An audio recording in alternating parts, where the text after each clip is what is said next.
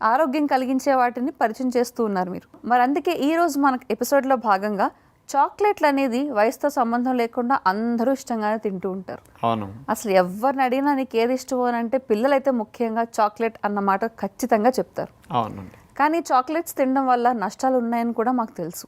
మరి ఈ చాక్లెట్స్కి బదులుగా ఆహారంగా ప్రకృతి పరంగా ఏదైనా తీసుకోవచ్చు అంటారా? అసలు ఉందా ఆల్టర్నేటివ్? చాక్లెట్స్లో ఏవైతే హాని కలిగించే కలుపుతున్నారో అవి కలపకుండా ఓకే, పిల్లలకి నోట్లో చప్పరిస్తే కరిగిపోతూ ఉండాలి, తీపి తీపిగా ఉండాలి, టేస్టీగా ఉండాలి, తిన్న వెంటనే మంచిగా బలం రావాలి, శక్తి పెరిగినట్టు హుషారుగా అనిపించాలి, మరి ఇవన్నీ రావాలి.